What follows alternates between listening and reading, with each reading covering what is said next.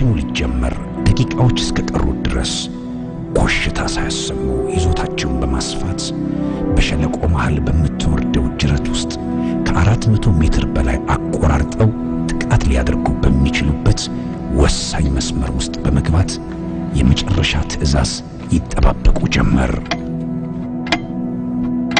በደርግ ጦር ላይ ጥቃት ተከፈተ።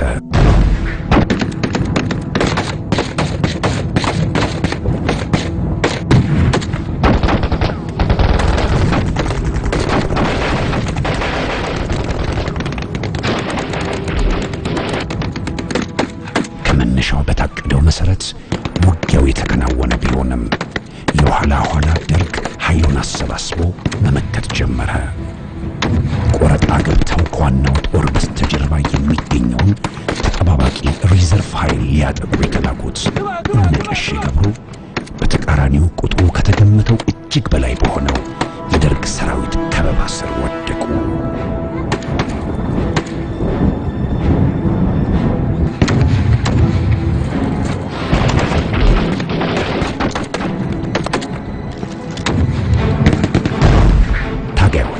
የሞት ሽረት ትግል በሚያደርጉበት ስፍራ በደርግ መካናይዝድ ጦር የእሳት አረር ዘነበ። ከዋናው መምሪያ ወይም ኮማንድ ፖስት ጋር የነበራቸው ግንኙነት ተቋረጠ።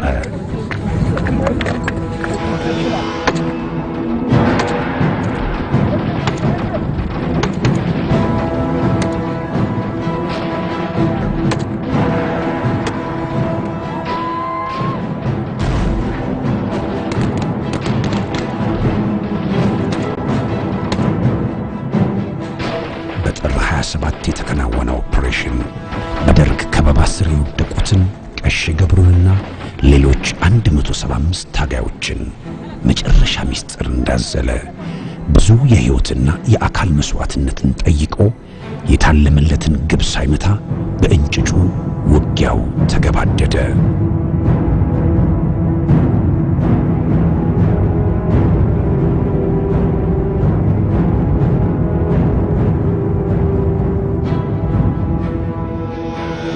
ጦርነቱ ከደብረታወር የሸሸም ከዛ ከባህር ዳር የመጣም የተከማቸ ኃይል እዛ ደግሞ ሐሙሲት የሚባል እዛ አካባቢ ስለነበር ብርቱ ማለት ኃይል ያለው የመካናይዝድ ኃይል ስለነበረው ጦርነቱ በጣም አስከፊ ነው።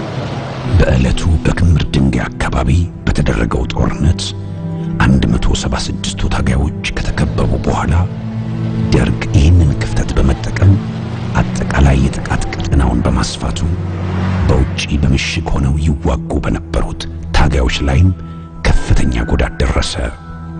ረፋዱ ላይ ጥቃቱ ጋብ ሲል በጦርነቱ የቆሰሉ ታጋዮች ምንም እንኳን በራሳቸው ላይ ከፍተኛ ጉዳት የደረሰ ቢሆንም እነሱን ያሳሰባቸው 176ቱ ታጋዮች ተቆርጠው በሸለቆ ውስጥ የመቅረታቸው ጉዳይ ነበር። በኩምር ድንጋይ ጊዜ የነበረው ውጊያ አብርሃ ጸልም ያዛት ሬጅመንት እነማን ነው ተቆስለ የቀሩ ስንል ቀሼ ገብሩ ቀሩ ሲባል እኔ በጣም ነው የተሰማኝ። ከሌሎች ወገኖቻቸው ጋር በደርግ ከበባ ስር የወደቁት ቀሼ ገብሩ ወይም ቄስ ገብሩ መሳሪያቸውን አንግተው መጀመሪያ ለትግል በረሃ ከወጡባት ዕለት ጀምሮ ብዙ አውደ ውጊያዎችን በጀግንነት የተወጡ በመልካም ስብዕናቸውና ባላቸው ማህበራዊ አስተዋጽኦ በታጋዮች ዘንድ የታወቁ ናቸው። አብረህ እስከኖርህ በተወሰነ ነገር መጋጨት ምናምን ሲያጋጥም መጀመሪያ ራሱ ሁለቱን ነው የምትፈታው ተወያይተህ ማለት ነው። ያ ልዩነቱ እየጠበበ ካልሄደ ሶስተኛ ነው የምትጨምረው። አብዛኛው በዛ ሻምበል የነበረ ታጋይ ኃይል አመራሩ ጋንታ አመራር ሌሎችም እያሉ እርስ በርሳቸው ካልፈቱ ሶስተኛ ሲጨምሩ ቀሼ ገብሩ ይጦሩ ነበር።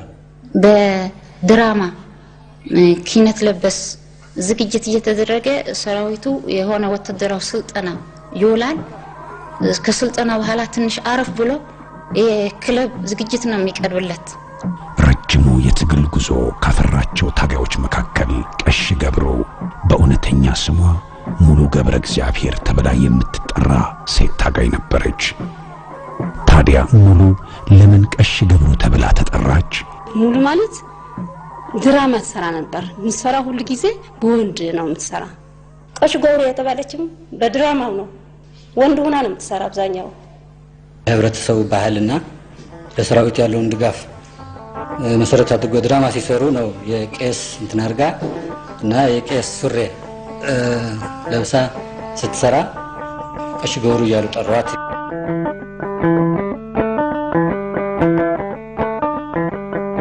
በተሳተፈችባቸው ጦርነቶች ጠንካራ ተዋጊ፣ በምታቀርበው ተውኔት ተወዳጅ፣ ሰራዊቱን በማበረታታት በተለይ ሴት ታጋዮችን በማማከር በኩል ሙሉ ወይም ቀሽ ገብሩ ጉልህ ድርሻ ነበራት።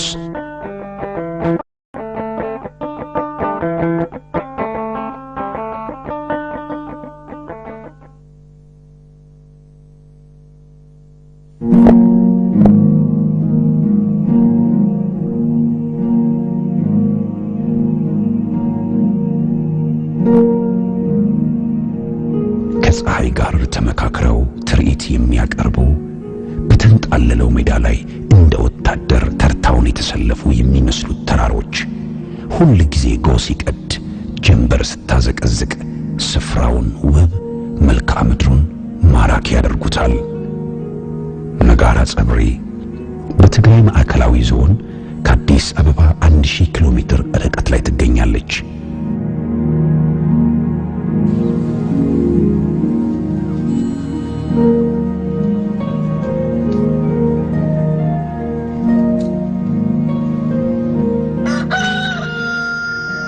በዚህች አነስተኛ መንደር ሙሉ ከአባቷ ቄስ ገብረ እግዚአብሔር ወሉና ከእናቷ ከወይዘሮ ወለተ ማርያም ገብርዬ በ1961 ዓመተ ምህረት ተወለደች።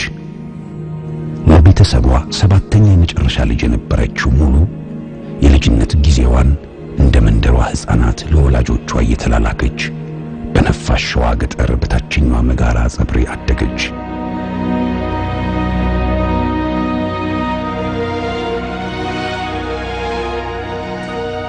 ነገዛ ስራህ በረኻት ወፍ የቤት ውስጥ ስራ ትሰራለች፣ ወደ እርሻ ትሄዳለች። እረኝነት ሄዳ ሊያርስ የተዘጋጀ ወይም ወደ እርሻ ከሚሄድ ሰው ጋር አብራ ተከትላ ትሄዳለች። በዛው እርሻ ለመደች። ሞፈርና ቀንበር ይዛ በሬዎች ጠምዳ የዘርህ ሊዛ ብቻዋን መሄድ ጀመረች። ባህሊ ተንቀሳቀስ ንመንእሰይ ንሁሉ ለምሃኔ ባህላዊ ትርኢቶች እያሳየች ወጣቱ እንዲነቃቃ ታደርጋለች። ታርሳለች። ስታርስ ከወንዶች እኩል በሬዎቹን ትገፋለች። በጣም ፍሉይ ኮይኑ አሽምባን ደቀ ነስትዮ ደቅ ተባዕትዮ ጎን በጣም ልዩ ነገር ስለሆነ እንኳን ሴቶች ወንዶችንም ያስደንቃል።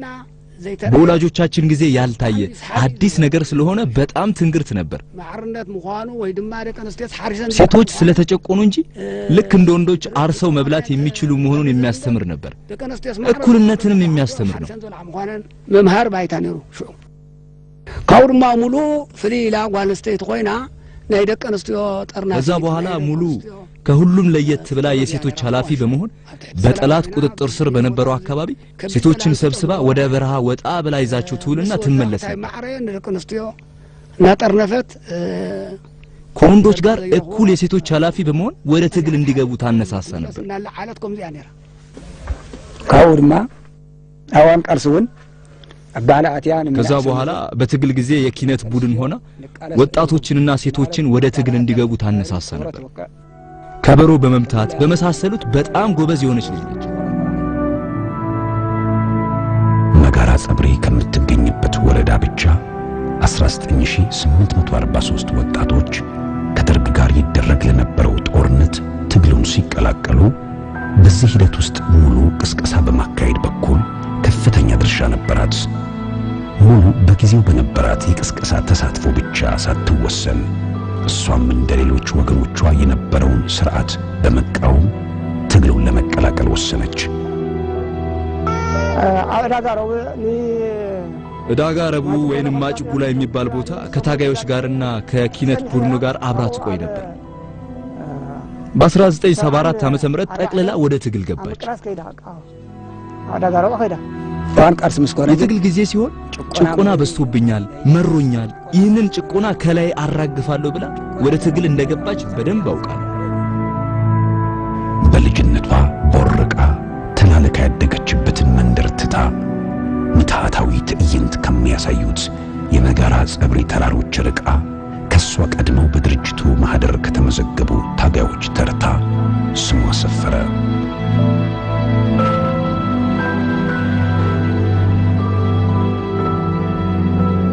ሙሉ መሰረታዊ ወታደራዊ ስልጠና ከወሰደች በኋላ በአጭር ጊዜ ውስጥ በተለያዩ አውደ ውጊያዎች መሳተፍ ጀመረች።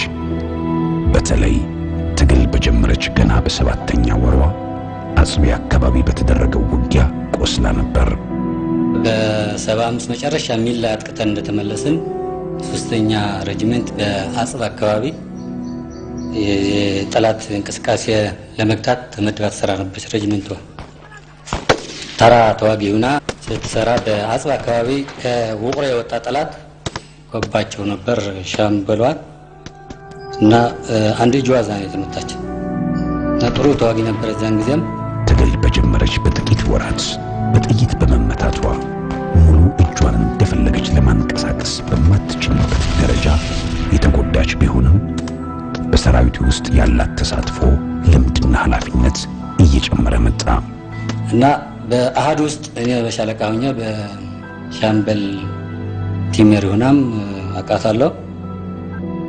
የተለየ እንቅስቃሴ ነበራት። ለምሳሌ ጉዞ እንጓዛለን። ሴት ልጅ ናት። አንድ እጇም አጽብቶ መታ በደንብ አይሰራም ነበር፣ ግን ሸከም አትለቅም።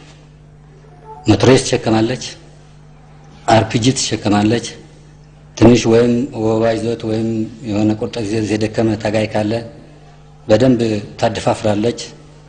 ቀስ ብላ አደፋፍራ ወደ ቲሙ ጋንታው እንዲገባ ታደርጋለች።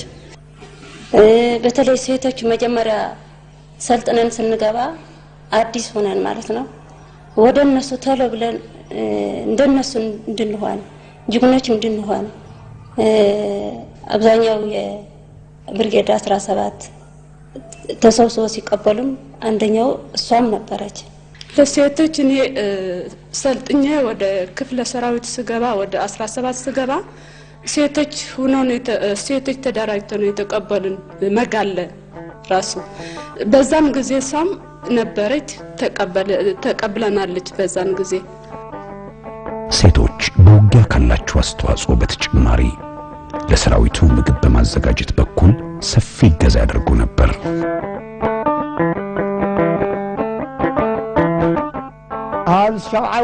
በ7ኛ ወረራ ምጉና አንድ የተባለ ቦታ አለች ተብለን ልንጠይቃት ስንሄድ ሙሉ ገብሩ ብለን ብንጠይቅ አጣናት። ቀሺ ገብሩ ነው የምትባለው ብለው ነገሩ። ከዛ ቀሺ ገብሩ ብለን አገኘናት። ካገኘዋት በኋላ ተደሰትክብኝ ወይ? እስቲ ሰውነቴን አቋሜን ይሄ ሁሉ በመታገሌ ነው። መብቴንም አስከብሬያለሁ። ወላጆቼ በሕይወት ካሉም ደስ ይበላችሁ ተደሰቱ ብለህ ንገርልኝ፣ አንተም ደስ ይበል አለች። በሐምሌ ወር 1977 ዓመተ ምህረት የታጋዮቹን የሕይወት አቅጣጫ የሚቀይር ሁኔታ ተፈጠረ። ይህም እስከዚያ ጊዜ ድረስ በወንድና ሴት ታጋዮች መካከል የፍቅር ግንኙነት ተከልክለው የቆየ ሲሆን ቀጥሎ ባሉ ወራት በተከታታይ በተካሄዱ ስብሰባዎች ትዳር ቢፈቀድ ሊያስከትል ስለሚችለው ሁኔታ ክርክር ተካሂዶ ነበር። ድርጅቱ ከመጠናከሩ በፊት የፍቅር ግንኙነት ቢጀመር የታጋዮቹን የትኩረት አቅጣጫ በመበተን ሊያስከትል የሚችለውን አደጋ በመፍራት እንዳይፈቀድ በሚፈልጉና ያለው ወቅታዊ ሁኔታን ግምት ውስጥ በመክተት ጥያቄው ደግሞ ከሰው የተፈጥሮ ማንነት የመነጨ መሆኑን በመጥቀስ ተከልክሎ መቆየቱ ተገቢ አይደለም በሚሉ ሁለት አስተሳሰቦች መካከል የተካሄደው ክርክር ነው በስተመጨረሻ ይፈቀድ በሚሉት አብላጫ ድምፅ የፍቅር ጓደኛ መያዝ ከዛ ጊዜ በኋላ ተጀመረ። ለመጋባት ስንፈልግ በቀጥታ አይደለም የሚጠየቀው። በተለይ ትንሽ እድሜ ትንሽ ለነበርኩኝ አልደፍርም ነበር እና ጓደኛ የነበር እሷን የማያውቅ ተክለ ማርያም የሚባል በኋላ አክሱም ነው የተሰዋው። ለምን አታገባም ብሎ ጠየቀኝ። እኔም ወዳት ቀሽ ገብሩ ናት፣ ግን ልጠይቃት ከበደኝ። እንዴት አድርጌ ልጠይቃት አልኳት። አሁን እኮ ልታመልጥበት ትችላለች፣ እስካሁን ብዙ ወረቀት ቀዳለች አለኝ። እኔ ራሷን ካልጠየቀችኝ አልችልም ፈራለሁ አልኩት። አይዞህ ምንም ችግር የለውም ጻፍ አለኝ። አልጽፍም አልኩት። በየክፍለ ጦር ውስጥ የነበሩት የሴት ታጋዮች ቁጥር ከወንዶቹ አነስተኛ በመሆኑ አንዳንዶቹ የፍቅር ሕይወት ልምድ ያልነበራቸውና አብላጫውን የሕይወታቸውን ክፍል በጦርነት ያሳለፉት ብዙ ታጋዮች የፍቅር ጥያቄ እንዴት ማቅረብ እንዳለባቸው ባለማወቃቸው በመካከላቸው ግራ መጋባት ተከሰተ። ስሙ አልጠቅሰውም፣ ግን ለመለማመድ ብሎ ጀሪካን ነው የምናመጣበት ጀሪካን ልክ እንደ ሴት አስቀምጦ እወድሻለሁ አላት። ለእንትን ነው ለእቃው ማለት ነው። ምንም መልስ የለም። በቃ እወድሻለሁ እንዲህ ነው። ሌላ ሌሎቹ ተደብቀው ነው የሚያዩት። እሱ ብቻው ነው እየተላመደ ያለ። በጣም ጥሩ ነሽ፣ ስትዋጊ በጣም አሪፍ ነሽ፣ አለማጽናትሽ እንዲህ ነው። ለጀሪካኑ ነው እየነገራት ያለ። እኔ እንደዚህ አይነት ሁኔታ ነበር። በብዙ ጦርነቶች የተሳተፉ የክላሽ ቶክስ፣ የሚገፈገፈውን የብሬል ጥይት፣ የታንክ ሰንሰለት፣ የመድፍና በተከታታይ 40 የሚተፋውን የቢኤም አረር፣ የቦምብ ፍንዳታ፣ የሚጎች ቦምብና ጩኸት የማይፈሩት አጠገባቸው የምትገኝ ታጋይ ሴትን ለፍቅር መጠየቅ አንዳንዶቹ ልባቸው ራደ፣ ፈሩ። ከላይ ብርጌድ አመራሮች ሲቀመጡባት የነበሩ ሻምበሎች ወርታች በኩል ነው የነበሩት እና በመሃል ወደ ልምምድ የምናደርግባት ተራራ ነበረች እና እኔ ሬዲዮ ኦፕሬተር ነኝ። የሆነ ታረኛ አልነበርኩምና ወደዛ አካባቢ ስወጣ እዛ ሻምበል ያለችበት ሆና አየችኝና እየሮጣች መጣች። ቁጭ ብዬ ጠበቅኳት። መጣ። በጣም ደስ አለኝ አለች። ምን ተገኘ ሲላት ደስ ብለኛል ደብዳቤህን ደረሰኝ ምናምን ስትለኝ ፈልጋታለሁ ወዳታለሁ፣ ግን ስለሚከብደኝ ለጠይቃት አላሰብኩም ነበር። ለምን እንደዚህ ትልኛለች ሲላት ደብዳቤ እኮ ደርሶኛል እስካምጪው ልየው ሲላት ጽሁፉ አወቅኩት። ይህንን አስመስሎ ተክለማርያም እንደጻፈው አወቅ። ተክለማርያም ነው የጻፈው፣ ግን ያው ከጀመርሽው በዚህ እንቀጥል ጥሩ ነው ተብለን ነው የጀመርነው። ጆን ባልጻፈው ግን በጓደኛው ድጋፍ ላከ ደብዳቤ የተጀመረው ፍቅር በሙሉ ወዳጆች ዘንድ ሲሰማ ደስታን ፈጠረ። አሁን ከጆን እንደጨረሰች በቃ ጋንታችን ሁላችን በቃ በጣም ደስ አለን። 11 ሴቶች ነው የነበርን በጋንታ ውስጥ በአንድ ጋንታ ማለት ነው። ስለዚህ ጆን ስመጣ ልክ እንደ ሁላችን በቃ እንዴት ነው ደስታ ነው የሚሰማን። ለምን ለሙሉ ስለምንወዳት አብዛኛው ጊዜ አይተኙም አውሩም በቃ ተሰብስበን ስንጫወት ነው የምንነቃው። በቃ እዛ ያለን ስፖርት ተነሱ ይባላል። ሳንተኛ በቃ እንቅልፍ ሳይወስደን ማለት ነው ስንጫወት ነው የምናድር። እኔ ፋታ ሲኖረኝ እሄዳለሁ ወደ ጋንታው።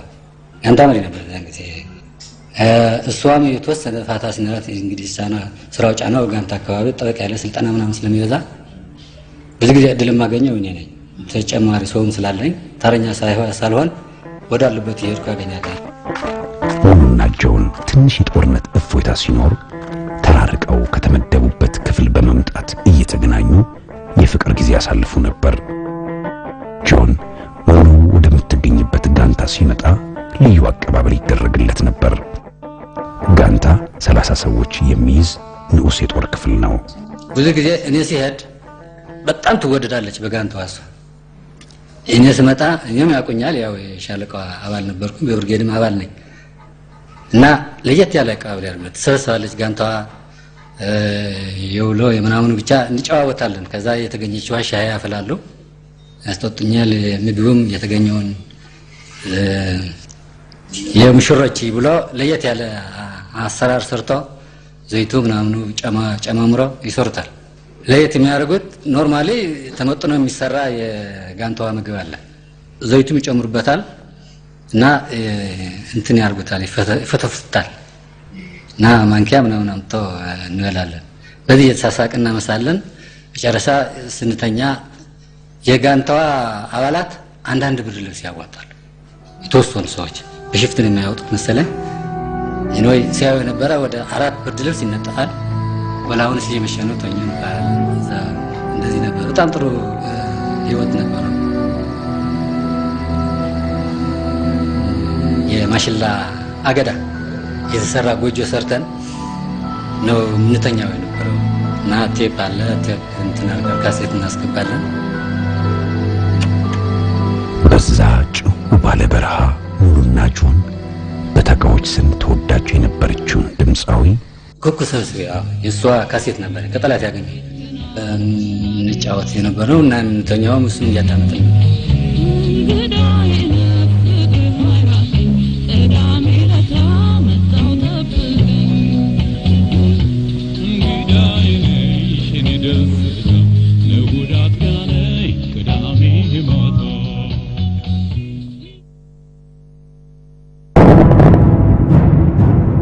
በ1978 ዓመተ ምህረት ከ1700 በላይ እስረኞችን ከመቀሌ ወህኒ ቤት ለማስፈታት እጅግ ድፍረት የሚጠይቅ ኦፕሬሽንን ለማከናወን ዝግጅት ተጠናቆ ነበር። ሙሉና ጆን በዚህ አጋዚ በተባለው ኦፕሬሽን ለመሳተፍ ወደ የክፍላቸው ሄዱ። ኦፕሬሽን አጋዚ ፈታኝ ጋር ነበር። እኔ 3 ዙር ምሽግ ነበር። ሁለት ዙር ምሽግ እንደሰበሩ የኦፕሬሽን አጋዚ አለቀና አፈግፍጉ ተባለ። ከዛ ነው ወደ ኋላ የተመለስነው። ስንመለስ በጣም ከወደን ነበር የነበረው መድፉ ምናምንም ጠንከር ስላለች ውግባ። ከዛ በኋላ ለሀገረ ሰላም በኩል እንደወጡ እስረኞቹ ጠላት እንደሚመጣ ኢንፎርሜሽን ነበረው መሰለኝ። ሀየለም ታች ወርደን ወደ አደቅ አላ እየወጣን ተመልሳችሁ ወደ እንትን ሩጥ ተባልን። ወደ ከመቀለ ወደ ሀገረ ሰላም የሚሄደው መስመር የወጡበት ወንዝ አለ፣ እዛ ድልድይ ያለበት በጣም አስታውሳለሁ። ጥንካሬውን ለመግለጽ ስለወለኩ ነው። ፊዚካልም በጣም ጠንካራ ናት፣ አትደክም። ተደራጅተህ መውጣት ሳይሆን የቻለ እዚች ቦታ እንዲደርስ ኦሬንት ሰጥተህ ሩጥ ነው ያለው። ሀየለም ለፍሳ ቀድሞ ከገቡት አንዷ ነበር። መትረየስ ምናምን ከያዙ ጠንካራ ታጋዮች ተብሎ የሚታጠቁ ያልነበሩ ከነሱ ቀድማ ገባች። ሙሉ በጦርነቶች ውስጥ ከነበራት ጉልህ አስተዋጽኦ ባሻገር ሴት ታጋዮችን በፍቅር ጉዳይ ታማክራቸው ነበር። ለምን ነው የምናማክራት? ሁላችን ማለት ነው። ለምን ነው የምናማክራት? ምን በለው እንደዚህ አይነት ደብዳቤ መጣ፣ እሷ ትከራከራለች። ለምን ባትማርም ትንሽ በብርምርም በእንደዚህ ምንድነው በብረት ምጣድ እንደዚህ ትንሽ አረፍ ስንል እንማራለን። በቃ ቀስ እያለች ፊደል ለፊደል አጋጣጥማ ደህና ታነባለች። እሷ ጎበዝ ናት። ለትምህርት ፍላጎት ስለነበራት ደብዳቤ ስመጣልን እንኳን ለሷንም እናሳያት። እንደዚህ አይነት ደብዳቤ መጣልን የኛው እንዴት እናርገው ያለን ማለት ነው። ማይነብር ያለን ማለት ነው። ስልጠና ውስጥ ያለን አና የሚፈልገው ሰው ነበርና ዝም ብዬ መግባት አልፈለኩም። እሳኔ ያማከርኩት ጠየቅኳት። እንዴት ነው ይሄ ሰብ ታውቂያለሽ ስላት አዋውቃለሁ፣ አብረን በዝኔ ነበርነን። እንዴት ነው ስለ ፍቅርና እስካሁን ድረስ ታሪያ አልነበረም እንዴ የለውም እንዴ ምንድነው ስለምፈታ ስለሚይዝ ነው ምስላት አይደለም ነበረችው። ግን ከሄደች ቆይታለች፣ ለሱዳን ትታህዳለች እና ከዛ በኋላ ቆይተዋል እና ብትይዙ ምንም አይልም ደህና ሰው ነው ምናምን ብላ ስታማክረኝ ትዝ ይለኛል። ትንሽ ይፈራል ወይ እንደዚህ አይነት ይሰጋል የሚል እንትን ካላት በቃ አይ አያስፈልጋችሁም ነው የምትለን። ሙሉ ትግል ላይ በነበረችበት በ1979 ዓመተ ምህረት በትውልድ መንደሯ መጋራ ጸብሪ ወላጅ አባቷ ከዚህ ዓለም በሞት ተለዩ። በቤተሰቧ ላይ የደረሰውን ሐዘን ያልሰማችው ሙሉ እርሷም በዚያን ወቅት በፍቅር ሕይወቷ ላይ በተፈጠረ ሌላ ክስተት ለመወሰን በሚያስቸግር ሁኔታ ውስጥ ነበረች። በዚህ መሃል ነበር ጆን ለሥራ ከሄደበት ሱዳን ሊጠይቃት የመጣው። ለሁለት ቀን ዝም አለች።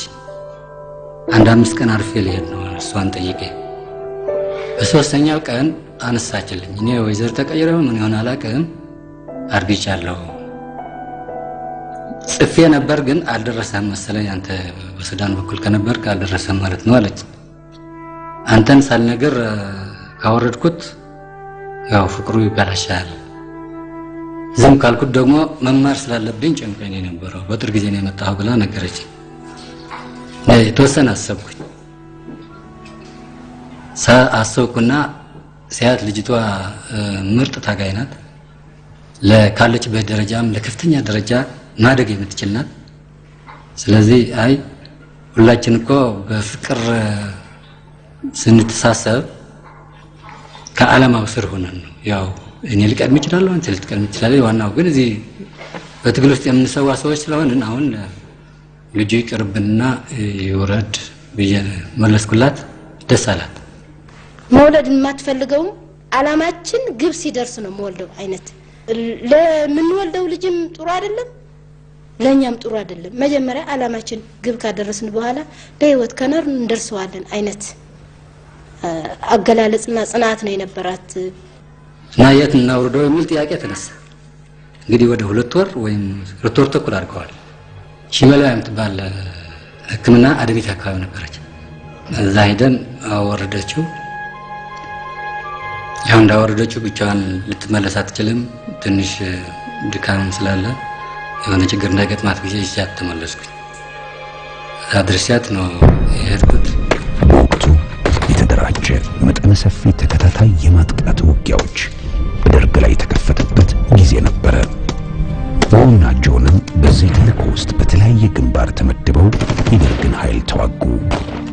ሙሉ ከህመሟ ሳታገግም ወደዚህ ጦርነት ስለገባች ጆንን ሲያሳስበው አለ። 16ኛ ክፍለ ጦር አቆርጠን ስንደመስስ ውጊያ ካለቀ በኋላ በሬዲዮ ጠየቁኝ ወደ ብርጌዱ በሰላም መውጣቷ ወይም ምን እንደሆነች ለመጠየቅ ሲጠይቃቸው የነበሩ ኦፕሬተሮች ደህና ናት አለች አሉ። አላመንኩም። እንደገና ማታ ጠየቁኝ። ምንም ችግር የለም ደህና ናት አሉ። ስለዚህ መሄደን እንግዲህ እመጣለሁ አልኳቸው። አሰቅጄ እመጣለሁ አገኛታለሁ ስላቸው አይ አትድከም ትንሽ ቆስላ ወደ ኋላ ተመልሳለች አሉ። ጆን ካለበት ተነስቶ ሙሉ ሕክምና ወደሚደረግላት ስፍራ ሄደ። ቆስሎ ደህና ነበር። እግሯ አካባቢ ነው ትንሽ የከበደኝ የእርግዝና ዛወረድኩበትን የተራረፈ ነገር አለው መሰለኝ። ትንሽ ያመኛል። በጣም ነው ያለቀስኩት ዛን ጊዜ።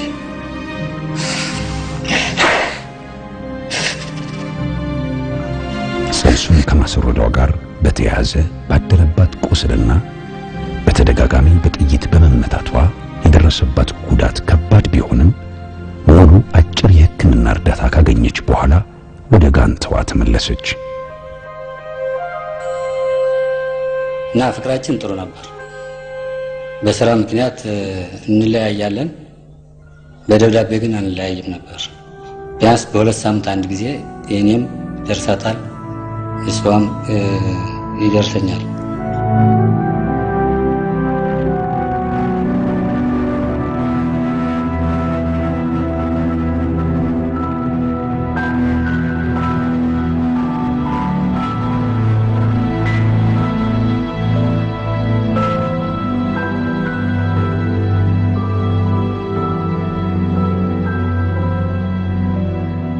በ1980ዎቹ መጀመሪያ አካባቢ ቀሽ ገብሩ ከኢህአዴግ ክፍለ ጦሮች አንዱ በነበረው ሜዴ ውስጥ ተመድባ ነበር። በዛ አጋጣሚ የክፍለ ጦር አዛዥ ኩሕለን ይባላል እና እንደ ግለሰብ በጣም ጠንካራ አዋጊ ኮማንደር ነው። የጦርነቱ ቀጠና ተስፋፍቶ ደብረ ታቦር አካባቢ በደረሰበት በ1982 ዓመተ ምህረት ወደ መሃል ሀገር ለሚደረገው ግስጋሴ ቅድመ ዝግጅት የደርግን አቋም በተመለከተ ጥናት ተደረገ እና ስለ ጠላት ጥናት በቁጥር ዋን የኛ ለ25 የደርግ ወታደር ነው ሲገጥም የነበረ። ያ እያንዳንዱ ታጋይ ደግሞ ያውቀዋል አንድ ለ25 የገጠመ እንዳለ ያውቃል። በመሰረቱ ቅድመ ዝግጅት በምናደርግበት ሁኔታ በተለይ ደግሞ ማይነብር ቦታ ነው ነበር። በወቅቱ የሚሰራ ስራ የሌሊት ውጊያ ዝግጅት ነው። የተደረገውን ጥናት ተከትሎ በተለይ በምሽት ሊደረግ የታቀደውን ኦፕሬሽን ግቡን እንዲመታ እነቀሽ ገብሩን ጨምሮ የሜዴይ ክፍለ ጦር አባላት የተለያዩ ስልጠና መውሰድ ጀመሩ። ምንም እንኳን ስልጠናው በተከታታይ የሚሰጥ ቢሆንም ጆንና ሙሉን ከመገናኘት ግን አላገዳቸውም። እና እሷም በቅርቡ አካባቢ ሲሆን ያው እንዳልኩ ስራን እየሰራ ብለ የተመቸውን እየሄደ ይጠያየቃል። በጣም ሩቅ ሲሆን ደግሞ ጊዜው እየረዘመ ሲሄድ እኔም አፍቅጄ ሄጄ ጠየኳት። መጨረሻውን መቀለ ስትመጣም አስፈቀዳ እኔም ከወቅሮ መጥቼ አስፈቅጄ ተገናኘንና ፈቀዱልኝ ብዬ እነሱም ፈቀዱላት። እጃት ወደ ወቅሮ ነው የሄድኩ ወደ ስራ ቦታ አንድ ሳምንት ቆይታ በኋላ ነው ወደ ማይነብር አድጉደም የላኳት። በዚህች ውድ በነበረችው የአንድ ሳምንት ቆይታ ልዩ የፍቅር ጊዜ አሳለፉ። ስጦታም ተለዋወጡ። ያ እስክሪብቶ ያለፈ ስጦታ ሰጥቷት። እስክሪብቶ እንግዲህ ኦፕሬተር ሁሉ ጊዜ ሰጥቷል በስራ ባህሪው። እሷ ደግሞ በቲም በጋንታ ምናምን ስለነበረች እጥረት ነበረ። እሱን ሲያልቅባት እኔ ነው የምጠይቀው ሁሉ ጊዜ በከፊል የደረሰች እስክሪብቶ ኖርና ቸገረሽ እንዲያ ሲላት በቃ አዎ ትለኛለች፣ ሰጣታለሁ። ሙሉ ለተሰጣት በከፊል ያለቀ እስክሪብቶ በአጸፋው ለየት ያለ ስጦታ አበረከተችለት። ሰቆጣ ስንዋጋ አዲስ ፓንት አግኝታ ነበር፣ የወንድ ፓንት 3 ነው 4 ነው ያገኘች። የሆነ ሻንጣ አዲስ ሻንጣ የወታደር ሻንጣ የአመራር ይሁን የተራ ወታደር አይታወቅም፣ ግን ሳሙናም የገላ ሳሙናና የልብስ ሳሙና ነበረ። አንድ ፓንትና አንድ የገላ ሳሙና ታሰጣኛለች።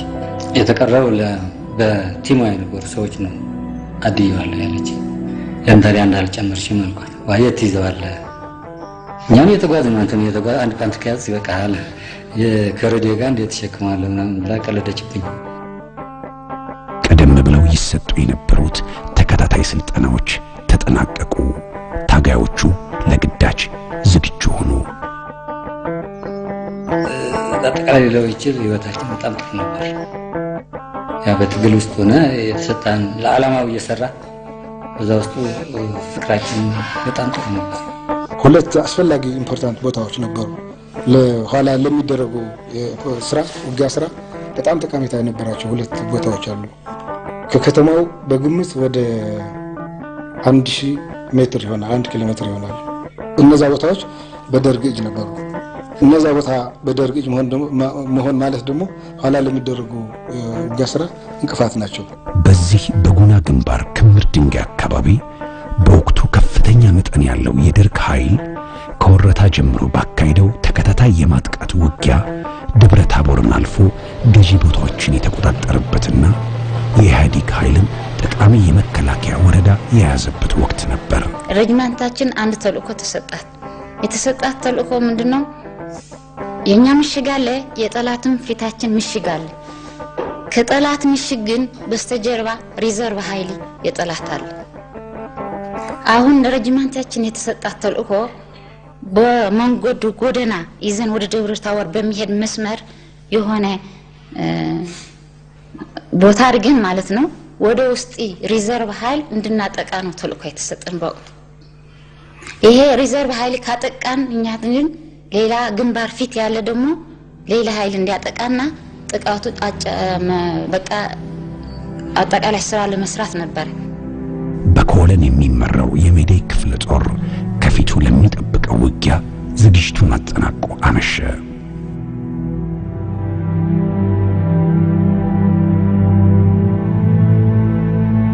ደርግ በበኩሉ በዕለቱ ሊደረግ ስለታቀደው ኦፕሬሽን ምንም አይነት መረጃ ባይኖረውም ከዚህ በፊት በተደጋጋሚ በተደረጉበት የቆረጣ ውጊያዎች ሽንፈት ደርሶበት ስለነበር ቁጥሩ ከፍተኛ የሆነ ሰራዊት በአካባቢው አሰልፈዋል።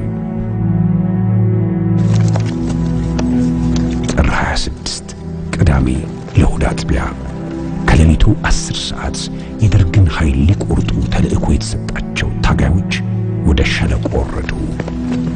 በተባለ መሰረት ወደ ውስጥ በጠላትና የኛ ምሽግ ሹልከን በሌሊቱ ገባ ማለት ነው።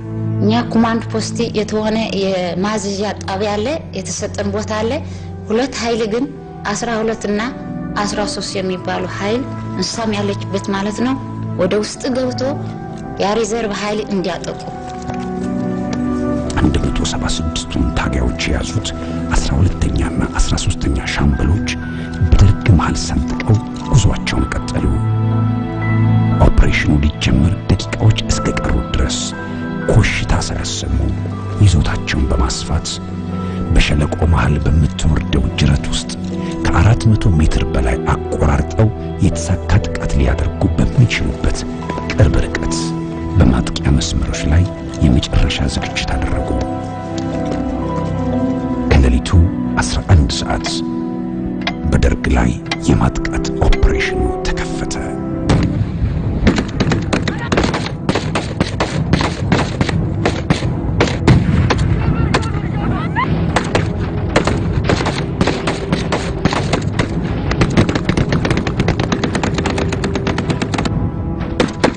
ከመነሻው በታቀደው መሰረት ጦርነቱ የተከናወነ ቢሆንም የኋላ ኋላ ደርግ ኃይሉን አሰባስቦ መመከት ጀመረ። ቆረጣ ገብተው ከዋናው ጦር በስተጀርባ የሚገኘውን ተጠባባቂ ሪዘርቭ ኃይል ሊያጠቁ የተላኩት እነ ቀሼ ገብሩ በተቃራኒው ቁጥሩ ከተገመተው እጅግ በላይ በሆነው የደርግ ሰራዊት ከበባ ስር ወደቁ። ግን ምን አደረገ ደርግ? ከኮንትሮዋ ጀርባ አንድ የተከማቸ የሰው ኃይል ይዛል ለኛ የማይታየን ውስጥ ገብተም ማጥናትም የሚከብድ ዙሮ ግን የማይታየን ቀጥታ እንደያዙ ኃይል ተከበባቸው። እነሱ ውጊያ በሪዘርቭ ኃይሉ እንደተጀመረ በዚህ ግንባርም ተጀመረ። የተወሰነ ስራ እንደተሰራ ያልታሰበ ኃይል መጣ። ከየት መጣ? ከጋሳይ ቦታ አይታወቅም። የሪዘርቭ ነበረው ጠላት ማለት ነው። ቦታውን ያዟል ተቆጣጠሩ ብሎ ቦታው አስፍታቸው ያዙ የሚል መልእክት ኮለን እየተናገረ ያ ቦታ ተይዞ አንዷን ይዞ ወደ ሌላ መራመድ ሲጀምር ነው እንግዲህ ኮሙኒኬሽን ግንኙነት የጠፋው። እንደታሰበው አልሆነም ማለት እሱም ቆረጣ የሚባል የውጊያ ስልት አስቸግሮት ስለነበር ጠላት ለዛ ቦታውን አስተካክሎ ጠበቀና ያ የነበረ ሁለት ኃይላችን ክብ ውስጥ አስገባቸው። ከሻለቃና ክፍለ ጦር የእዝ ጣቢያ ኮማንድ ፖስት ጋር የነበራቸው ግንኙነት ተቋረጠ። እነ ቀሼ ገብሩ የሞት ሽረት ትግል በሚያደርጉበት ስፍራ በደርግ መድፎችና ጦር ታንኮች የእሳት አረር ዘነበ። ብዙ ታጋዮቹ ወደቁ፣ ተሰዉ።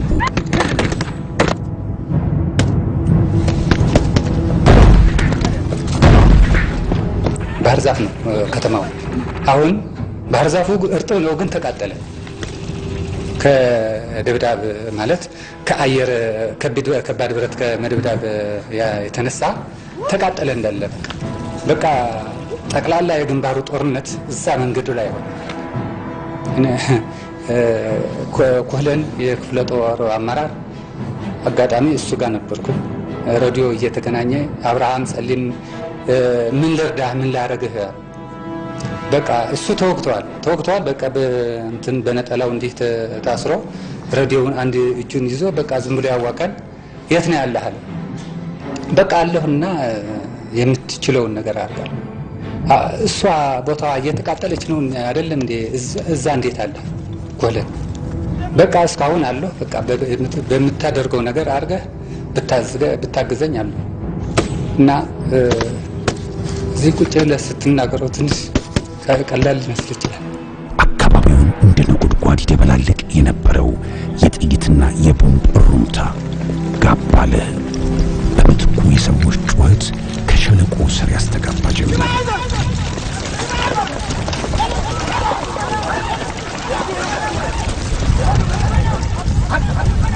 እስከዚያ ሰዓት ድረስ ከ176ቱ ታጋዮች መካከል በሕይወት የተረፉት ጥይት በመጨረሳቸው የእጅ በእጅ ጨበጣ ውጊያ ውስጥ ገቡ።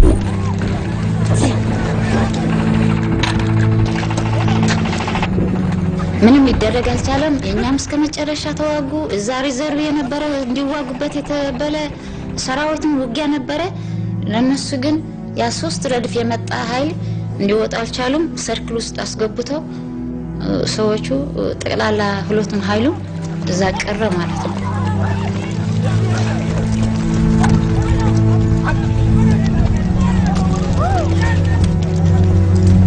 ከዛ በኋላ ሁላችን ምን